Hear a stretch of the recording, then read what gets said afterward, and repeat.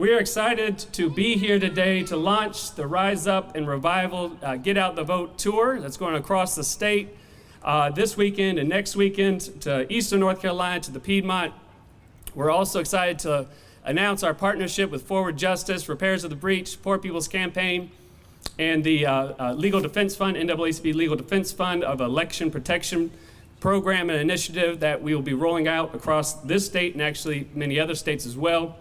And then we're also pleased, not excited that they have to be here, but honored that we are joined by workers from Western North Carolina who had to flee with their families from Helene, with the Union of Southern Service Workers, who are going to talk to us about what's at stake in this election and what we learned from this disaster, this unnatural disaster that happened in Western North Carolina.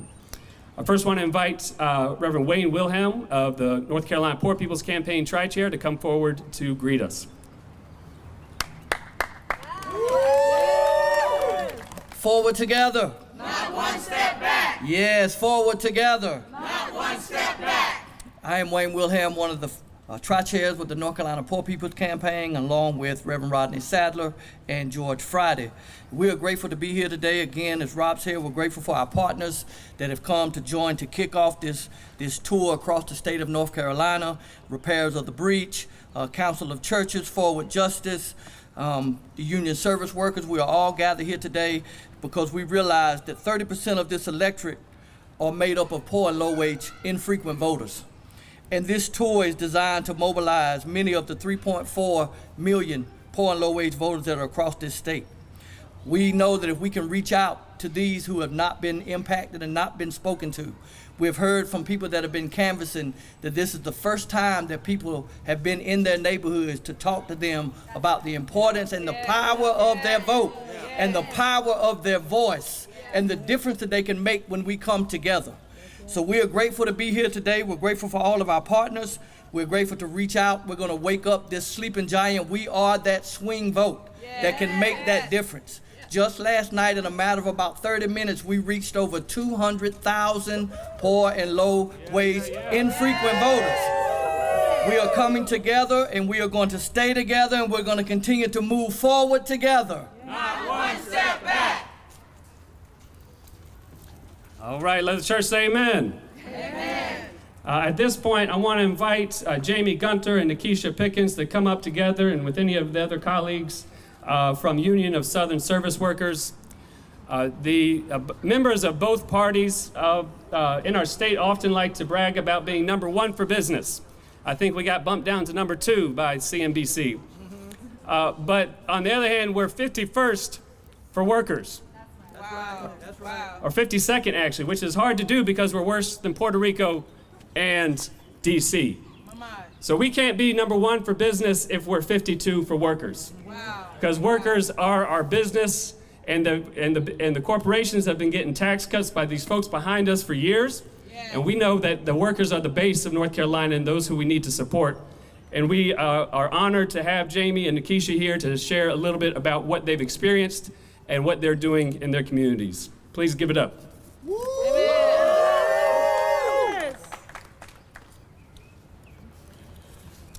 Hi, my name is Jamie Gunner. I am a Union of Southern Service Workers from Asheville, North Carolina. I work fast food restaurants at Mars Hill University. I make $18 an hour. I'm staying in Durham for the time being because my home is unavailable after Hurricane Helene. My roof leaked and water everywhere in the house. A tree fell on my roof and it made it leak, and my ceilings and everything's already gone.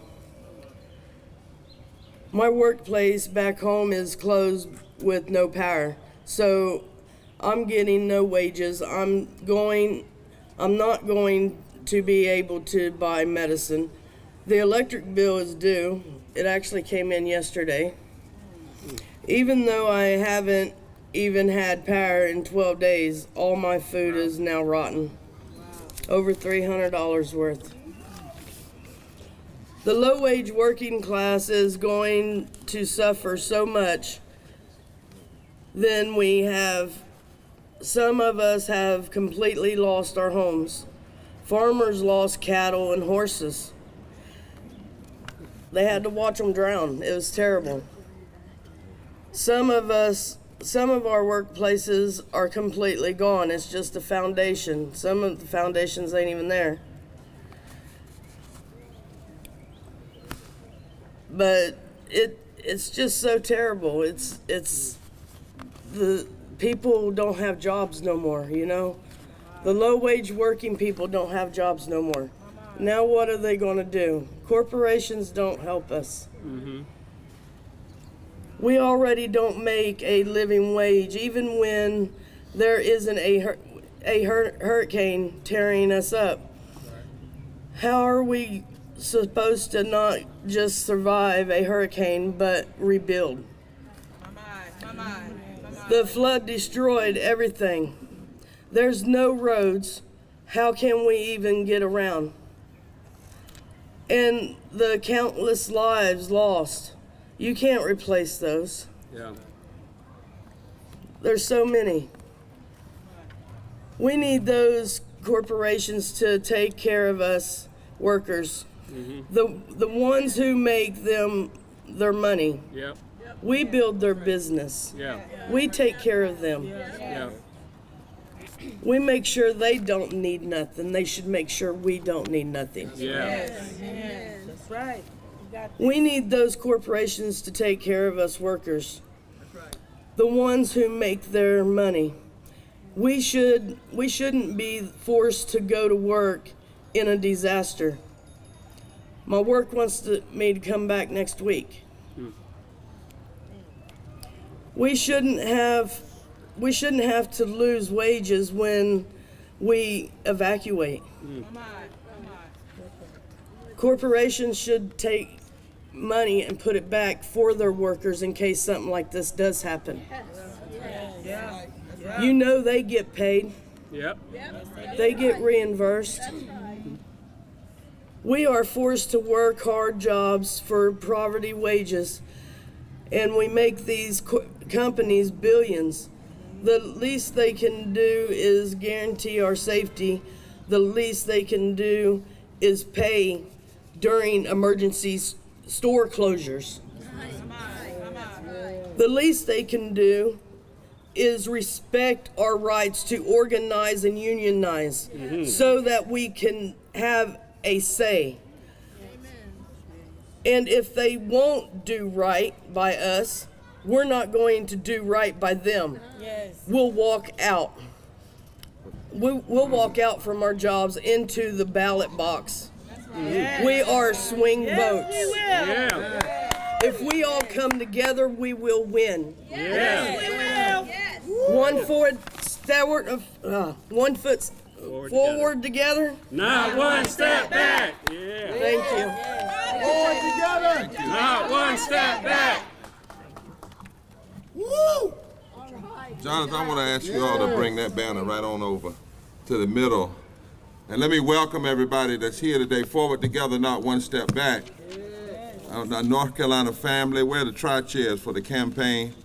If they would just come up, the tri-chairs for the campaign and the leaders in the union movement. We're here today to talk about one thing. My sister's right, they're corporations, but corporations do what they do because of the rules of politics. That's right. And so one of the things that you have to understand is what is at stake in election. Now, we don't endorse candidates in the Poor People's Campaign. We can do it in our private capacity. But as a campaign, we don't endorse candidates, but what we do is we let people know where people have stood, where parties have stood, so that they can consider how they make their decisions. And how we do that is we look at where they have voted. So we're on a major campaign in the Poor People's Campaign this year to reach 15 million poor and low-wage voters across this nation, infrequent voters, because poor and low-wage voters now make up 30% of the electorate. That's right. In every state, and in states like North Carolina, over 40% of the electorate. For the media, when we say poor and low wage, we're talking about people who make $50,000 or less in a family of 4. Somebody's going to tell you, well, there are only 37 million poor people. That's if you follow the government's official poverty line, which is flawed, which says that if you make $14,000 a year, you're not poor. That's right. Well, we look at the supplemental poverty measurement that most economists look at, and we look at poverty and low wages. And when you look at that number, you're talking about in excess of 135 million people. You're talking about, in 2020, over 55 million poor and low-wage workers. Those are workers who make less than $15 an hour as a minimum wage. That's right. You're talking about some 32 to 40 million people now. It is critical that we understand this. We're looking at, so we've already, since we began this campaign, I'm coming to announce this morning that we've already reached over 10 million poor and low-wage voters across America through a historic program using social media and texting that had not been embraced before. And right now, as I speak, just last night, we launched another part of the campaign to reach another 3 million poor and low-wage voters. I understand that in less than an hour, with some 5,000 volunteers from around the country, they were able to reach over 250,000 people in 30 minutes. We also have asked that each one of the voters that we reach, poor and low-wage voters, that they would reach 10 people. That they would send what we send to them. And what they get is a report card that reports on 2 things, the Democratic Party, the Republican Party, and the 2 candidates running for president. And when you look at those issues, you can also use the party facts to trickle down, if you will, into how you look at state legislatures. We're looking at policy. Not personality. That's right. That's right. Not color, skin, not personality, not gender, but policy. Somebody say policy. Policy. And we know right here in North Carolina is the home of 3.5 million poor and low-income eligible voters. That's right. We know that in the last election for president in North Carolina, the margin of victory was only 74,000 votes. And we know that poor and low-wage voters in North Carolina make up over 41% of the electorate. And we know in the last election, over 1 million poor and low-wage voters did not vote. And the number one reason they did not vote is they said no one talked to them. That's right. They did not hear them say their issues. No one talked directly to them. This comes from a study called Waking the Sleeping Giant. It's not just hyperbole, something we're just saying. So we made a commitment that we would touch, because what we found is there's not a state in this country, particularly in so-called battleground states. We really don't know what are battleground states because we've not seen the whole American public battle yet. Normally only about 65% of the electorate votes in the first place. But in so-called battleground states like Michigan, North Carolina, Pennsylvania, Wisconsin, places like that, Nevada, Arizona, there's not one of those states where if 15% of the poor and low-wage voters that did not vote were to vote this year around an agenda, that they could not overcome the margin of victories in the last election. That's right. Somebody say that's power. That's power. That's real power. Real power. And so right here in this state, we know, I'm gonna give you these numbers, members of the media, that in North Carolina, as I said, 3.4 million low-income eligible voters. In 2020, 2.2 million of those voters voted.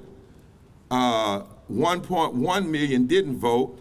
The margin of victory was 74,000 in the presidential election, which means the margin of victory is only 6% of the number of poor and low-wage voters that didn't vote. That's right.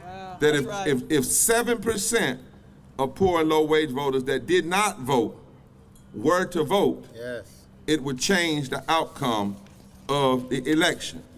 Now, in North Carolina, we have already in North Carolina, we have sent text to 386,285 North Carolinians using peer-to-peer texting.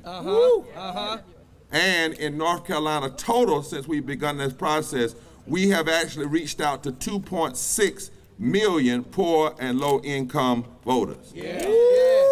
All of them got this report card.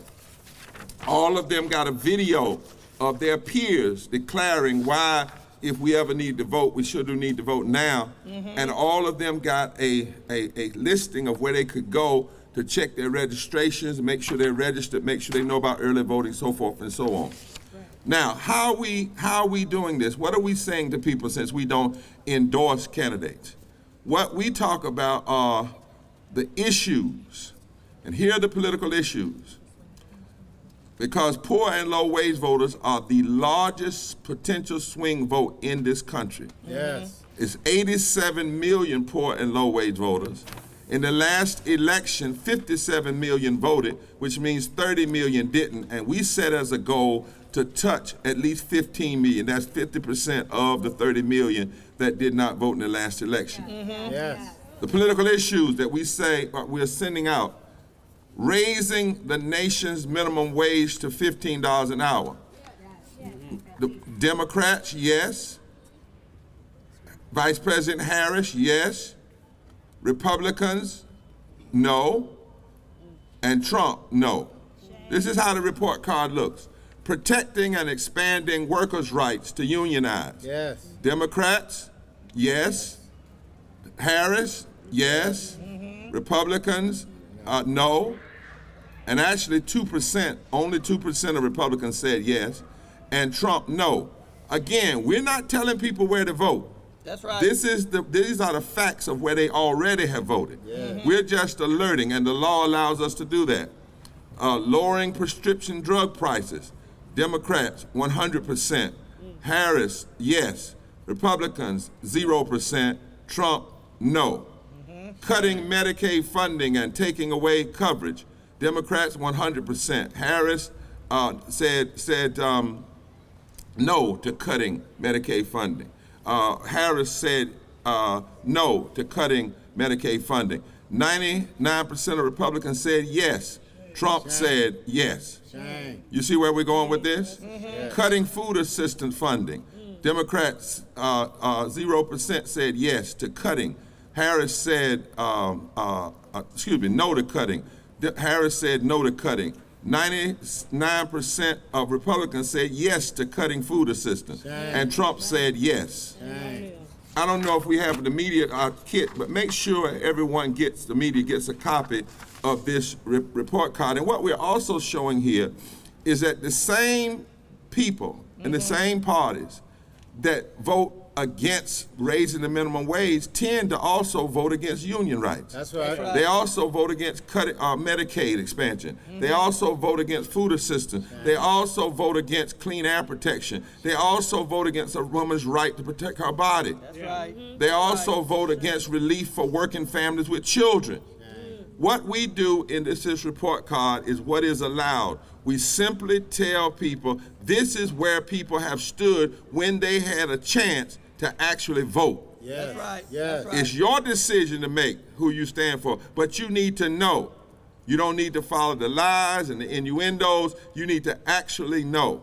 That's right. These report cards were vetted by some of the best lawyers in the country and some of the best scholars in the country who look at public policy. That's right. And they all were directed. This is what's going into the hands of over 15 million poor and low-wage voters around the country, over 2.6 million right here in North Carolina. And then they are forwarding these same messages to 5 to 10 people.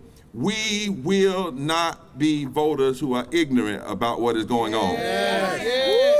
The goal of this campaign is not to be loud, it is to be right. That's right. And if we're right and loud, that's okay. We don't want to be loud and wrong.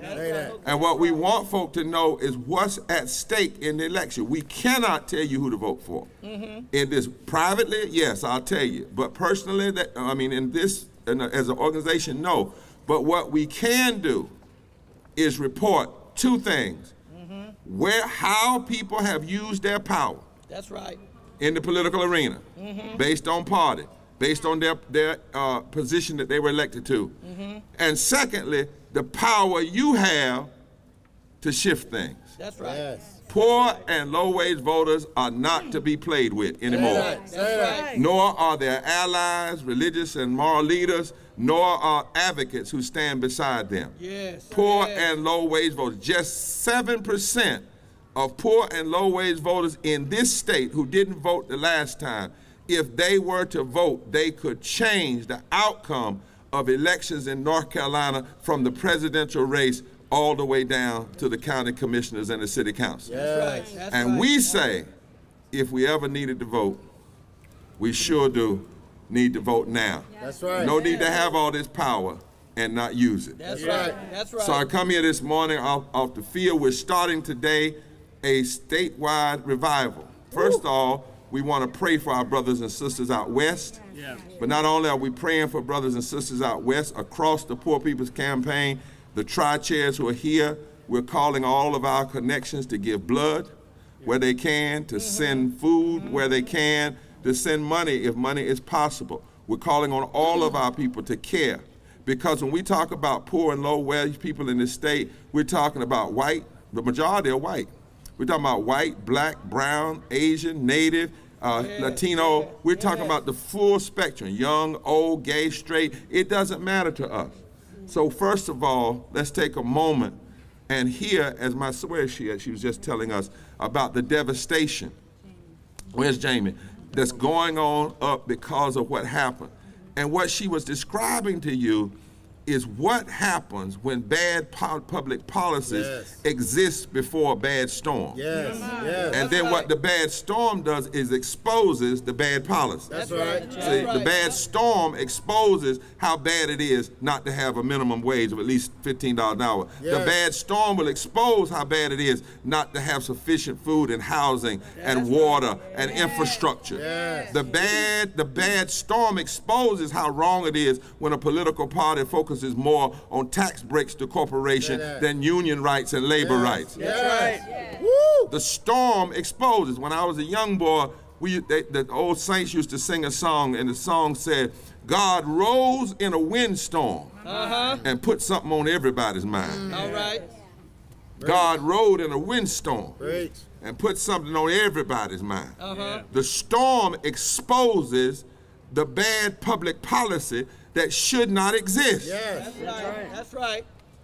And so we're going to stand with our brothers and sisters, not only from a standpoint of helping and doing social service work, but from a standpoint of voting and using our power to move people, to get to hopefully elect people who will cut out some of the storms of public policy so that when people come to the storms of hurricane, they don't have such pain in their lives. That's right. Right. That's what our work has to be.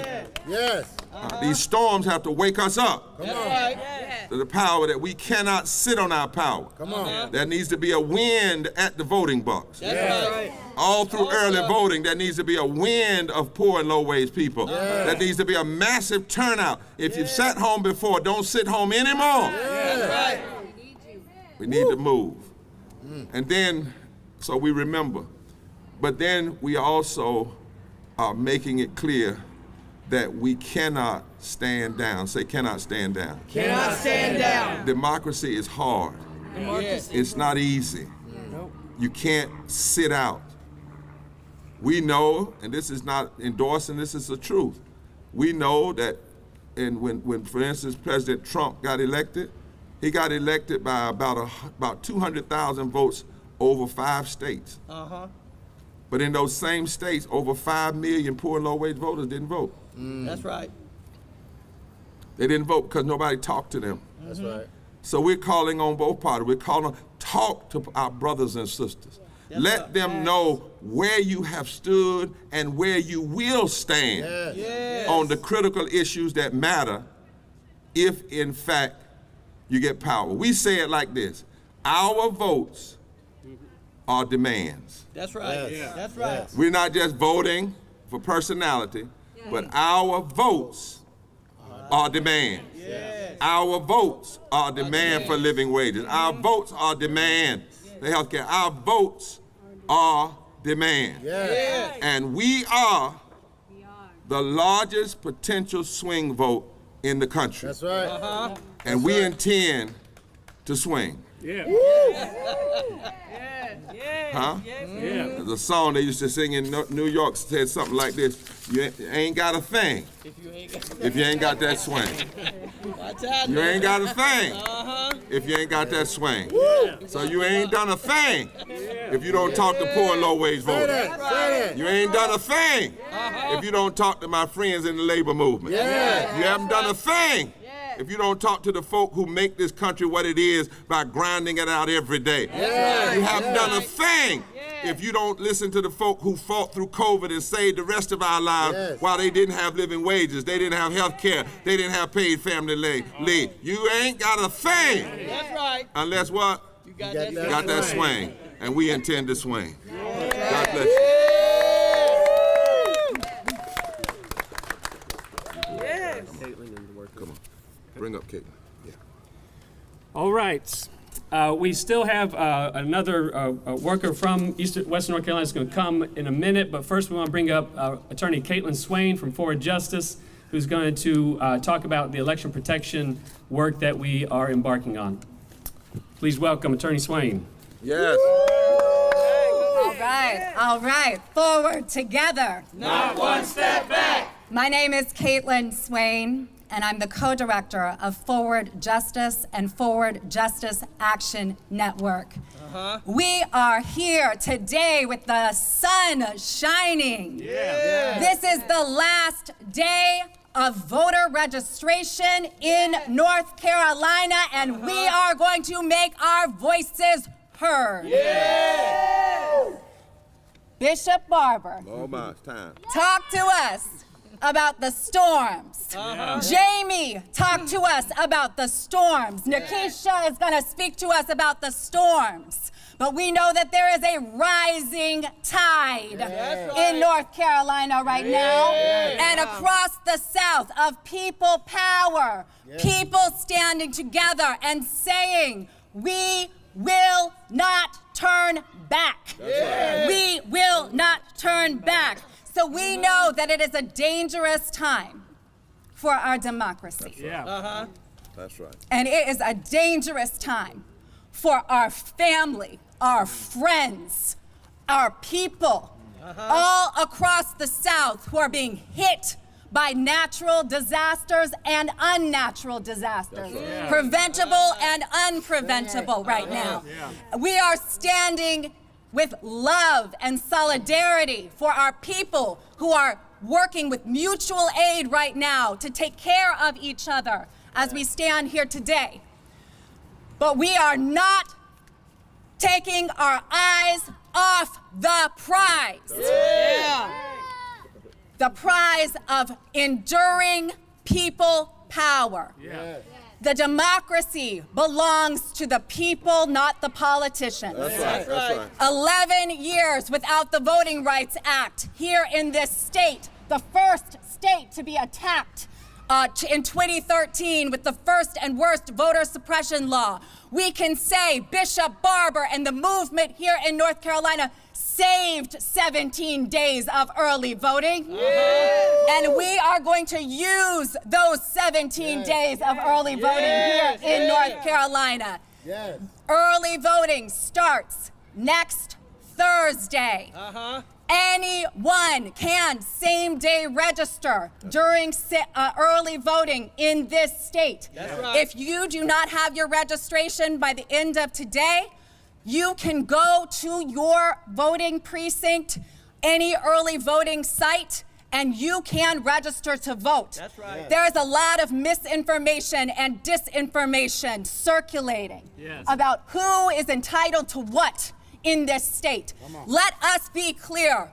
Every eligible voter in this state is entitled to cast their ballot, express their policy choices, and call for what they need for their children, for their future, for what they want in their schools, for what they need to recover from this disaster. And what we are so proud to do today is announce a new partnership between the Poor People's Campaign, Forward Justice, and the NAACP Legal Defense Fund. We will be repairers of the breach and the Kairos Center. We are standing arm in arm in 8 southern states in this time. We are ensuring that there is no vote that is wrongfully denied. If you are a part of this electorate, which every eligible voter in this state is, you can call 866-OUR-VOTE. That's right. 866-OUR-VOTE. And you will have voting rights attorneys ready to assist you to ensure that your vote counts in this election. If you have questions about whether you can use absentee ballots because you have been displaced from your community, call us, and we are going to make sure that your vote counts. The other states that we are going to be in together, all across the South: North Carolina, South Carolina, Florida, Georgia, Alabama, Mississippi, Texas, Louisiana. Why are we in those states? One, because we know that if you change the South, you can change this nation. Two, these are states that were previously covered by the Voting Rights Act and that we know deserve to be covered again when the Voting Rights Act is restored. And three, because we understand that collectively these states control 134 electoral votes, and they are home to over 26.7 million poor and low-wage eligible voters who deserve to have their voice in the future of this country, and who are standing up for all of us right now when there are so many other pressing issues that they have to and we have to take on every day. People are trying to figure out, how do I get childcare right now? Where can I stay tomorrow night? And we are saying we want to be with you in that work to support you. And we are also going to be with you in making your power heard at the ballot box. Lastly, we want to be able to share that in North Carolina, if you have questions about your right to vote, you can go to protectourvotenc.org. We are keeping that up to date, and it is a partnership website with Repairers of the Breach, with Forward Justice, and with a huge coalition of powerful democracy advocates in this state who have not slept, seeking to make sure that we are here for this time. This morning when I came here, I said, I feel the solemnness of this time that we are in. But I also feel the joy. I feel the energy. I feel the people who are saying to me every day, don't get tired, don't get weary. We are in this fight, and we are proud to be together for the next 30 days and beyond to ensure that this democracy represents the voices of its people and not the political preferences of the politicians. Thank you. Let me thank Forward Justice for their tremendous work, the work of Caitlin Swain and our lawyers. As you can hear, we are engaging, our movement engages in moral litigation, moral agenda building, moral articulation, moral agitation, whatever it takes nonviolently to move this system towards a more perfect union that represents all of the people. Let me have the list too of the states, because I want to make sure the media gets that before our last speaker comes. And I want to make sure that you have that. And this tour that we're launching today will be in Greenville tomorrow, and then we'll be down in deep eastern North Carolina, Hyde County. We're not forgetting these counties. That's right. They're critical. Every vote is critical. Then we're going to be up in Salisbury, and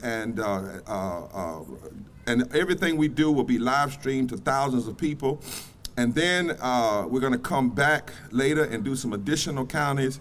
And then I'm going to national tour to preach 3 national sermons. One at the Riverside Church in New York, where Dr. King preached about the time to break silence. We'll be there in that pulpit, and then we'll be at Howard University. Howard University the Sunday before the actual election day, because we know election is a season, not just a day. That's right. But the students have asked that we come, and that will be televised and pushed out throughout live stream across the nation. That's right. And then we will conclude at Union Baptist Church in Winston-Salem for a national moral revival, where we hope to have at least 1 million people to tune in through social media, and we will have voices, key clergy, moral leaders' voices from at least 8 or 9 of the so-called battle states who will be speaking that night. We are very serious about working hard. We learned from what Frederick Douglass said in a time of regression that had to be turned to joy and the people standing for what was right. He said that when you touch us, all it does is intensifies and emboldens our agitation. Yes, sir. It doesn't do anything to stop us. It only Yes, sir. increases. So the states that we talk about, these 15 million voters that we're reaching, is Alabama, Arizona. In Arizona, for instance, it only takes 1% of those that didn't vote to vote this time to overcome the past margin of victory. Alabama, Arizona, Florida, Georgia, Kentucky, Michigan, Mississippi, North Carolina, Nevada, Ohio, Pennsylvania, South Carolina, Texas, Virginia, Wisconsin, and West Virginia. And if there are members of the media that would like a copy of a list of this, because it actually shows the number of eligible poor and low wage voters, who voted, who didn't vote, and how much of a margin of victory, how many it would take to vote this time to overcome the past margin of victory. And you would be surprised. Yes, sir. You would literally be surprised how small the number is in terms of what it would take to overcome past margin of victory. Our next person, and then we'll take questions from the media. Please welcome from the Union of Southern Service Worker, Nikisha Pickens. All right, Let's go, Keisha. Keisha Keith.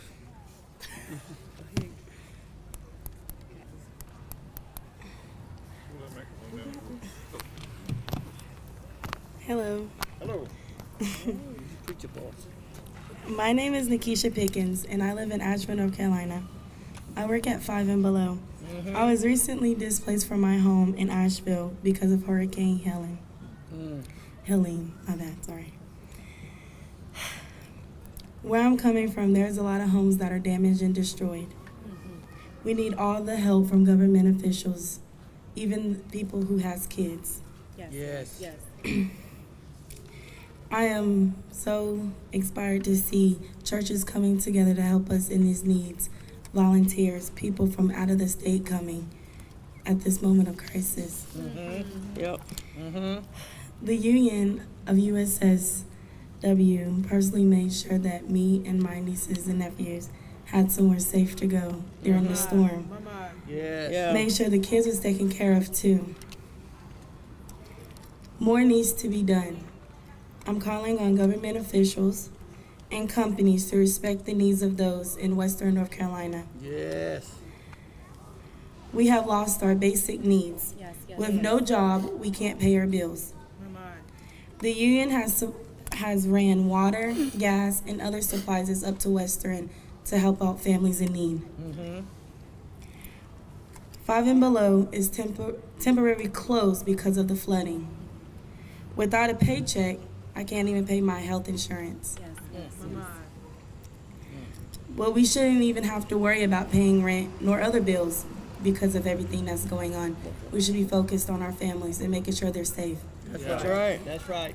5 and Below is a $5 billion corporation. They can afford to give us emergency pay. They choose not to. That's right. I only make $14 an hour. That's not even livable wages in Western. I'm here to say, please, government, people, churches, we need you at this moment. Yes. Workers like me, communities like mine, Yep. are standing up and taking action. Make our voices be heard. We are powerful, and we will have a swing vote. We got this. Thank you. All right.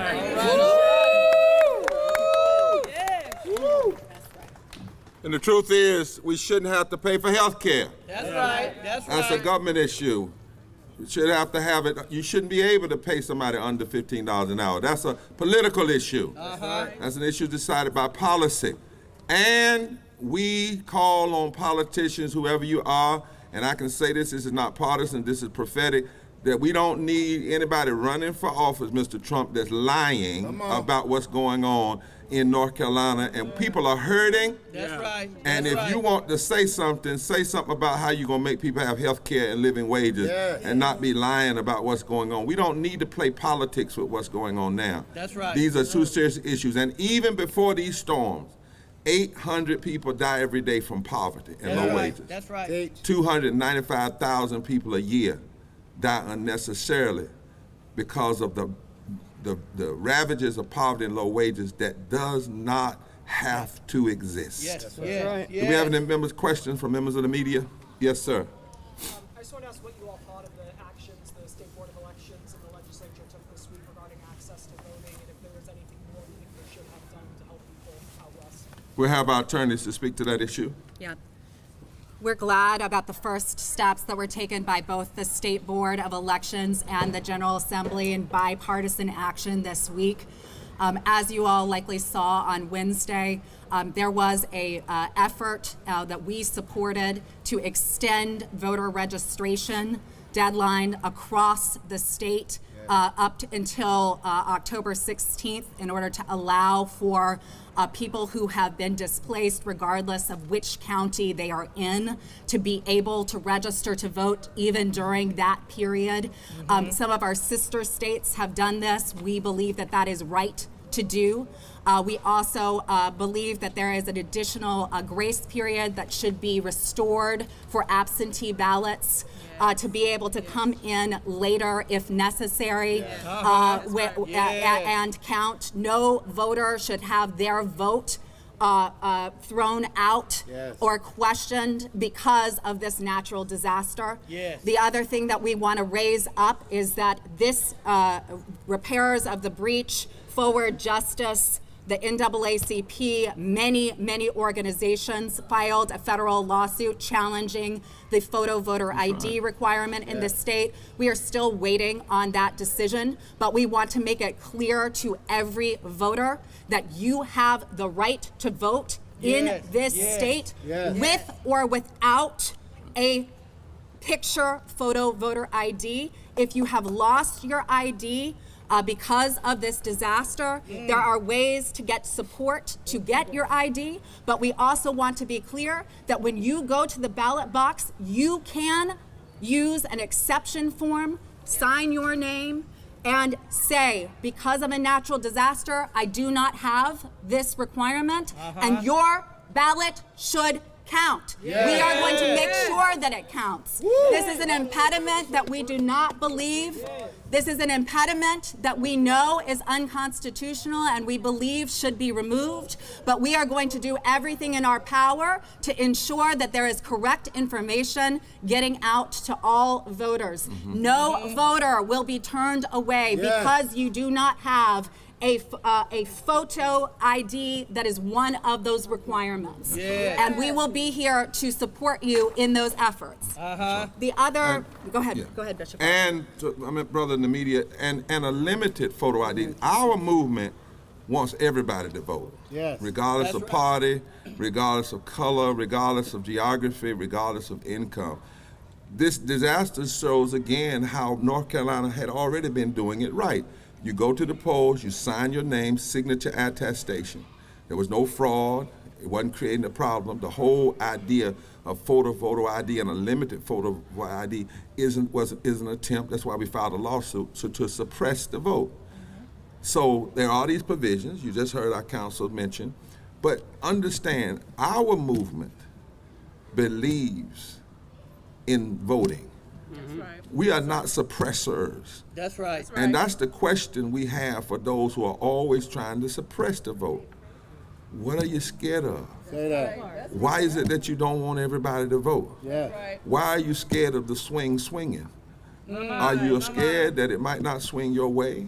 Well, if you want it to swing your way, talk to the people, make your case. Yes. Let them know the policies you're going to stand for. But don't undermine the democracy. And something like this shows exactly why. How many families, I don't care who they were going to vote for, how many families can't find anything right now? That's right. That's right. That's right. But they're North Carolina citizens.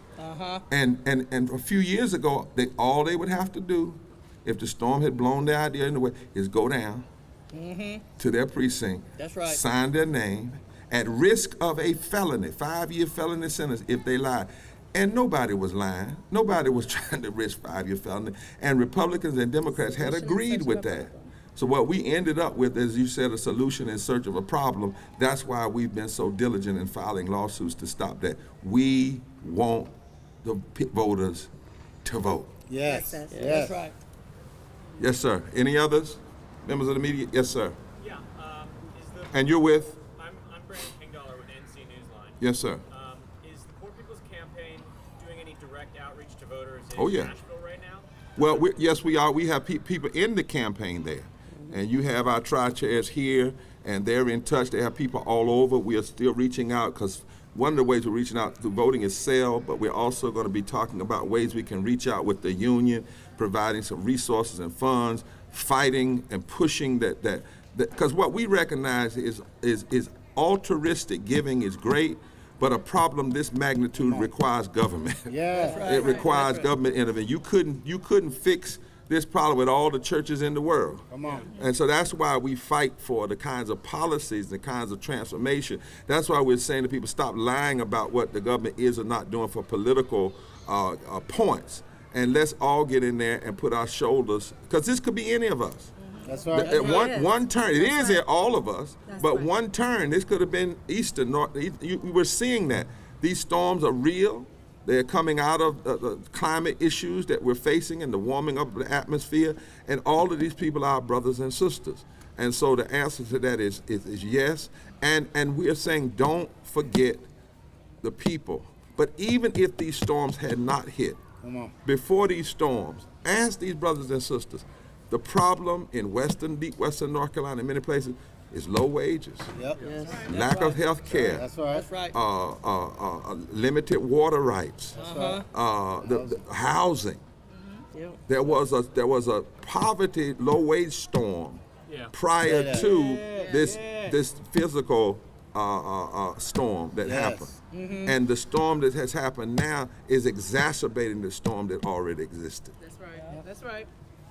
Any others? All right, Reverend Broom, would you come and close us out? If there are none others, all members of the media have the paperwork. We have our media person right here, and she can make sure you have copies. So we want you to have it. You're welcome to print it. Again, last night we started our second round of texting to nearly 3 million persons, and over 250,000 were touched just in last night's text bank. Let me just say to the media as well, we have churches, denominations that are involved with us in this. Labor is involved with this labor union. And what we did for a year is we helped raise up nearly 5,000 peers, 5,000 people across this nation who said, I want to spend some time making sure that at least 15 million of poor and low wage folk know what the issues are, know what their rights are, know what their power is. And that's what we're working toward in this time. That's right. Dr. Broom? Woo! Yeah. All right. Oh, Good morning. good morning. Good morning. I am Reverend Dr. Hannah R. Broom, President of North Carolina Council of Churches, as well as the Director of Religious Affairs for Repairs of the Breach. National Director of Repairs of the Breach. Yes. As the storm of oppression rages and the winds of inequality swirl around us, we, the North Carolina Council of Churches and Repairs of the Breach, stand firm in our call to action. We will not turn back, for we walk in solidarity with the poor, the oppressed, and those who bear the weight of low wages. We call on every soul of conscience to cast their vote as a beacon of hope and justice. Together, let us be unyielding, an unyielding force that shelters the vulnerable, uplifts the downtrodden, and also our journey towards justice should be relentless. Yes. We should have our faith unshakable.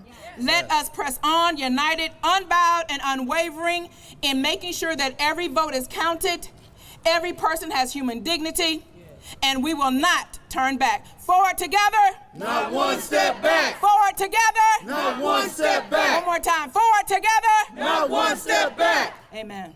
Woo! Amen. Thank you all for coming. Please do make sure that you get a scorecard. If you hold that up, Clinton. You can take a couple of them. We also have Democracy NC's scorecard here as well. That over here to my left. If you'll bring those when you return your signs. Thank you so much for being here. Awesome. Woo! Thank you.